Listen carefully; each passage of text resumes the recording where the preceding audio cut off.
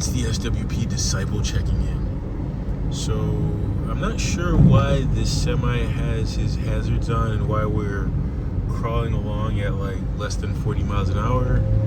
Should I pass him, or is there good reason for him going like that? Alright, there's another semi coming up on my left, so I can't just switch lanes. Follow his lead, so apparently I can just move forward. That's good to know. So I'm in the middle of nowhere, upstate New York, on this route, like 59 miles away. I'm assuming from the border, because I know that once I get to Canada, it's roughly like maybe just under 3 hours away. Whitby, where my cousin lives. So I'm assuming that route is like near the border. It takes me a slightly different way every time because my family kind of lives around the back end of Lake Ontario. So there's like a couple ways that you can go. You can go like the Buffalo way, or you can go straight up towards like the true like upstate New York. Because when a lot of people say upstate New York, they just mean like not New York City and not Long Island. They just mean like the rest of the state, which is quite large. New York is like sneaky big, and they just mean like up above. I forget what the Westchester County, I guess. But like the true upstate, which is like, runs kind of like alongside Vermont, and culturally is probably more similar to like Canada than anything. I think that's the route that I'm going. A lot of people, when they say upstate, they mean like Western New York too, heading out towards like Syracuse, Rochester, Buffalo. That'll take you to Canada as well. But yeah, as you can tell, I got like a kind of a late break. It's like it was 7.5 hours, but of course I had to like stop, stretch a little bit. I'm a little upset that I missed Chick-fil-A. They closed the little like on the highway stores are called like Apple Green up here, and they close at 10 sharp, and I got there at like maybe like 10:08 or something like that, and they closed, and I had my heart set on like a spicy chicken deluxe and some waffle fries, as I usually get as I go up here, with some pepper jack cheese. But that's all right. It's God's way of saving me a little money. I got two hot dogs, like Nathan's hot dogs, which I'm not a huge fan of hot dogs just because I don't necessarily know what meat's in there. But damn it, it's after Lent. I can live a little. I mean, they're overpriced because it's like, basically convenience store priced.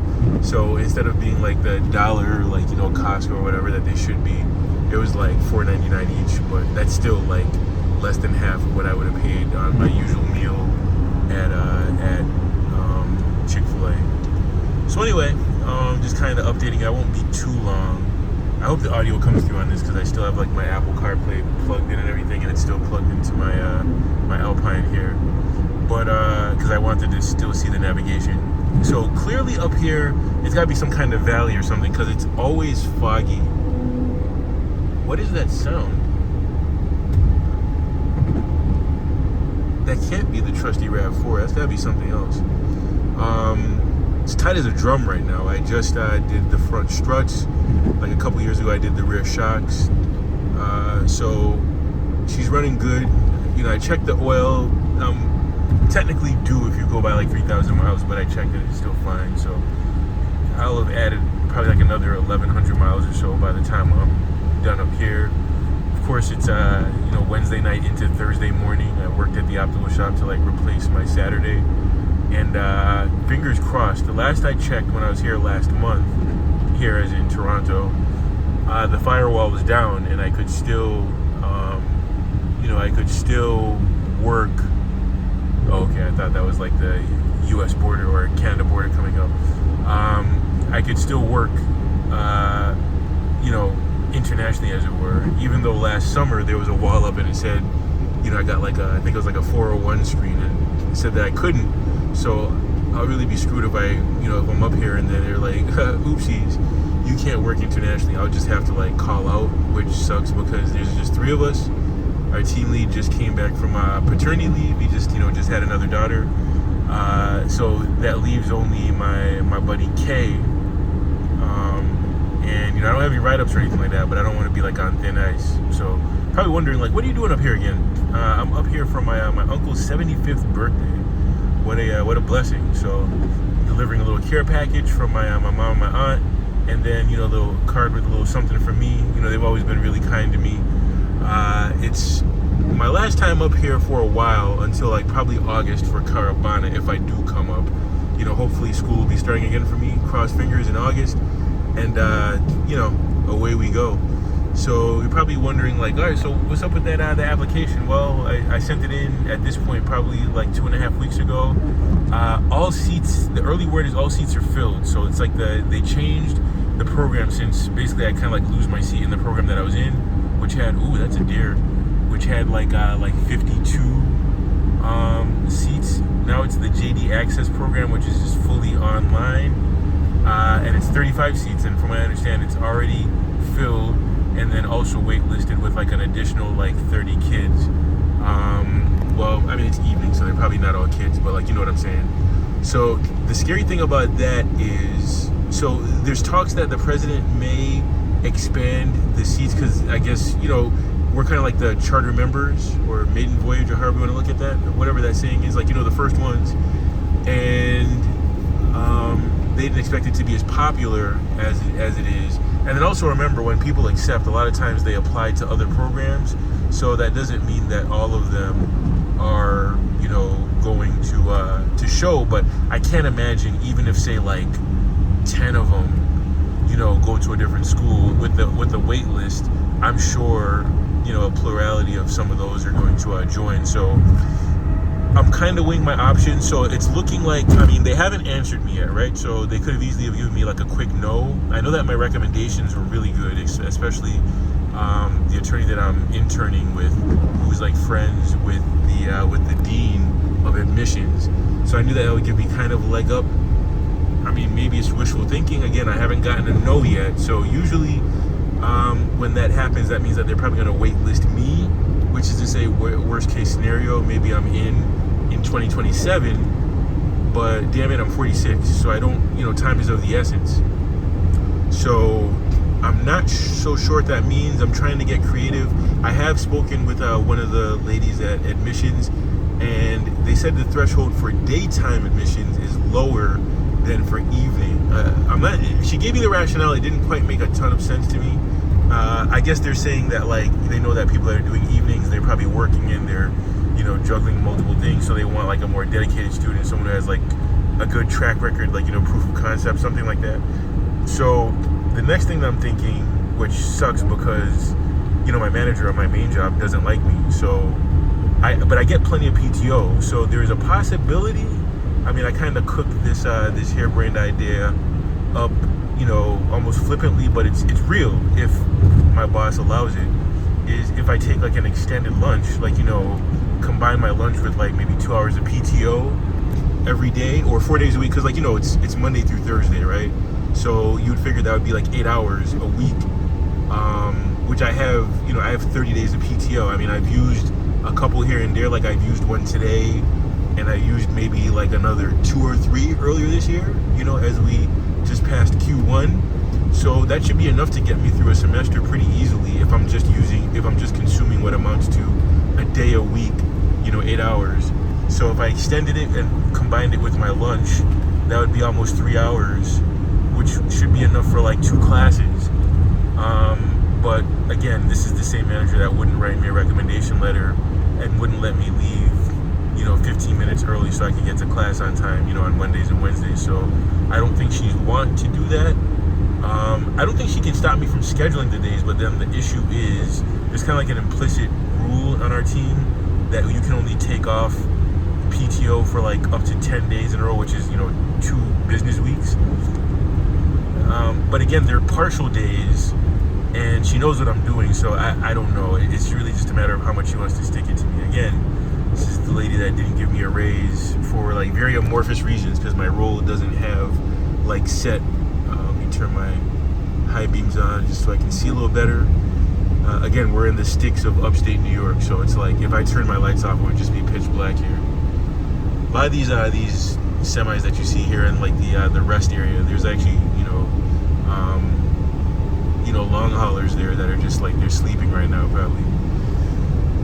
Not the life for me. It's a good thing I have a good energy level and I can just kind of drive through the night. But I am working tomorrow, like I said. But work from home. The good thing about it is like you don't have to be like, on tens energy wise. I can kind of coast through. Hopefully, I don't have any meetings tomorrow. But anyway, that's an option. Or if need be, I can just take. Now they don't offer any 8 a.m. classes. My work day is 9:30 to 6. I already asked one of the deans. She said no. Unfortunately, there's no 8 a.m. class that I can take like before hours and then check into work. Damn. All right, cool. Let me slow down.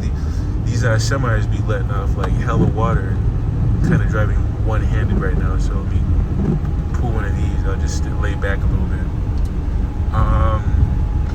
But yeah, so a lot on my mind. There's that. Obviously, my situation where I don't know, it wasn't declared, but it was kind of a breakup. Still kind of recovering from that. Obviously, like the greater situation that preceded that always is on my mind. Kind of shopping for a car, even though I'm like low-key kind of like running negatives in terms of like bills. So some of that's because I kind of save too much, in a sense. I save about 30% of my check. I probably need to dial that back. I took an advance from my other job, just a small advance, just to kind of float me for the next couple weeks for the negatives. Still car shopping because I always am.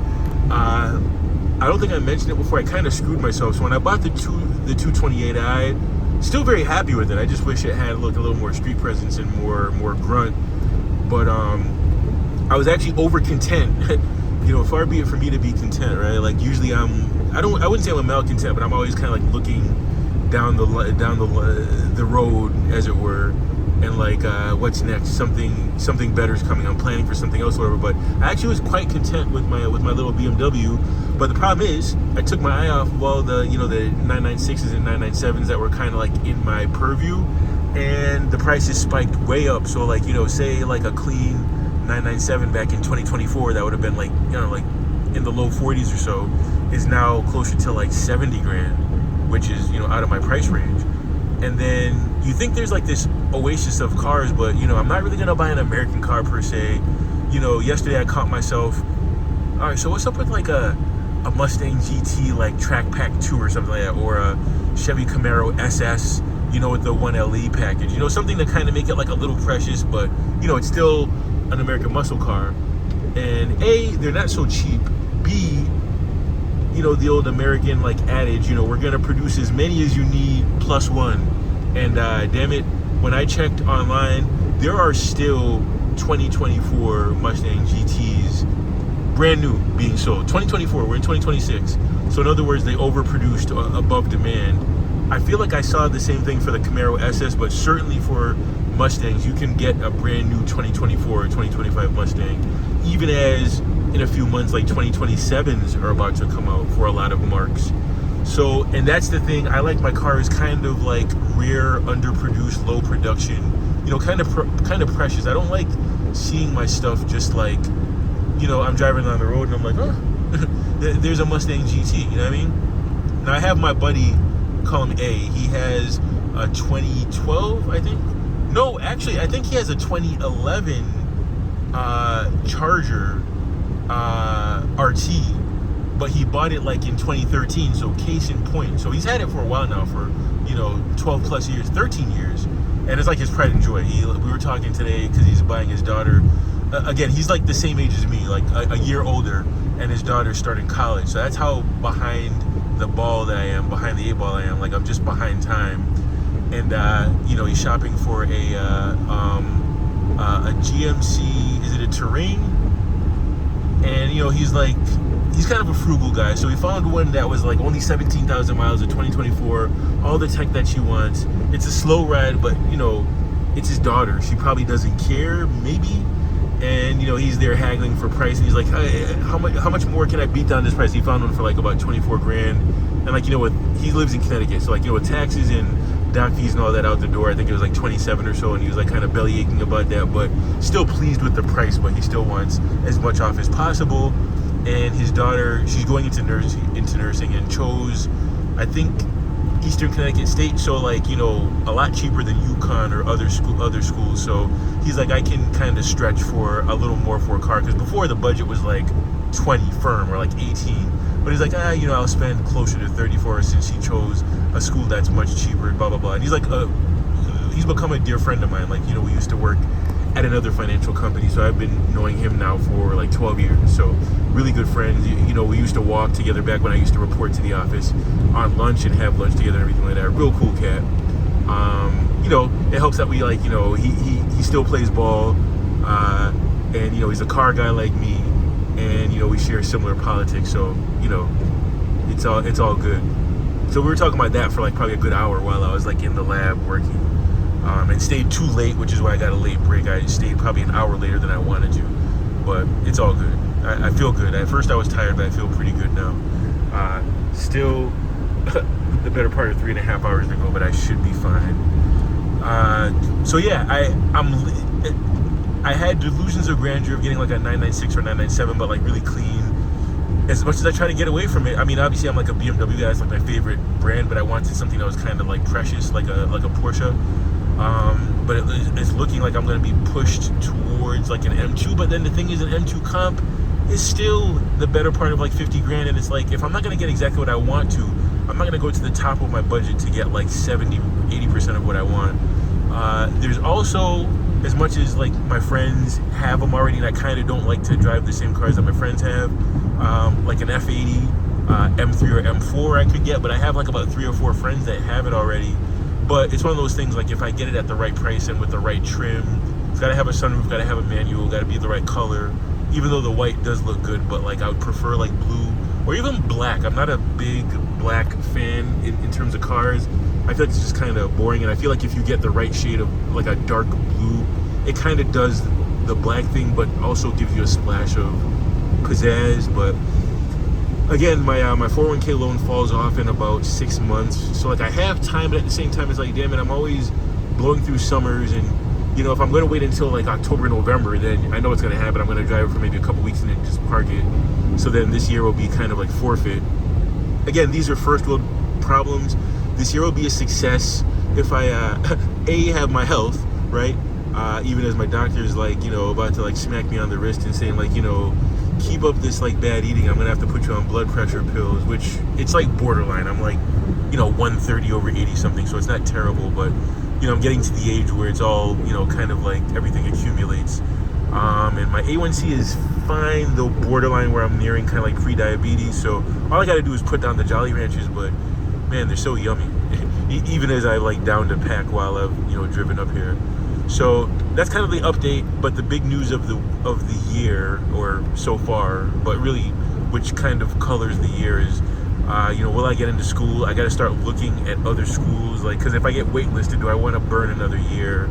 You know, the internship's been great. I actually sat in on a really intense deposition last week, so that was pretty cool. Really good experience for me, and you know, took my notes and all that. And, still working on that you know, that 93A case, which will probably run much of the year. But you know, when you get to the deposition, this is like when it's real, and then we're either going to like maybe offer a deal, maybe they'll offer a deal, or maybe it'll go to court. But I think what's going to happen is both sides are going to cancel out, but then on the 93A, with the lawyer fees and stuff, they might get treble charges. So let's say the lawyer fees are like $5,000, but treble charges like 3 times 3x, which realistically the attorney, which I saw him like face to face, cool enough cat, they might award him say $10,000. So then you're into it for $30,000. So our client, she's very stubborn. It may behoove her to just do a deal. But we'll see. That's what we're hired for, right? So we're gonna continue to work on it. But really good experience from a young, in quotation marks, young in experience, not young in age, not young chronologically. For a young attorney, a really good experience. But yeah, so a little bit of like, you know, difficulty, you know, still over a barrel as far as law school, but then the fun stuff like experience, and then like, you know, shopping for a car. I would love to get something, but then also those pesky bills, you know, they're there. You know, we're through winter, so like the high like gas bill and stuff like that, like heating bill and all that, we're through that. But You know, it's funny, you start to feel things incrementally, like the no raise, the kind of like mediocre bonus. I always have reserves, but I would like to not tap them, and I would like to not have to reduce the amount that I'm contributing to retirement, because, you know, it all matters. But, you know, obviously I will if I have to. Again, you know, let's keep the main thing, and that's, you know, that's law school. And then obviously the things that you take for granted, like, you know, health. And it would be nice to get into a relationship one of these days. You know, again, it's one of those things where, like, all right, am I just going to kind of sit on the shelf for the duration of law school and then hit the ground running? But, you know, I'll be a fully old man by then. I'll be like 50 by then. So even if I have all my ducks in a row and I still look good and blah, blah, blah, blah, whatever, I gotta believe that, like, some opportunities are falling off the board just on the heels of waiting too long, you know. But anyway, I hope all is well with you. I'll try to enjoy the rest of this drive. The Lord is faithful. Stay with me. God bless.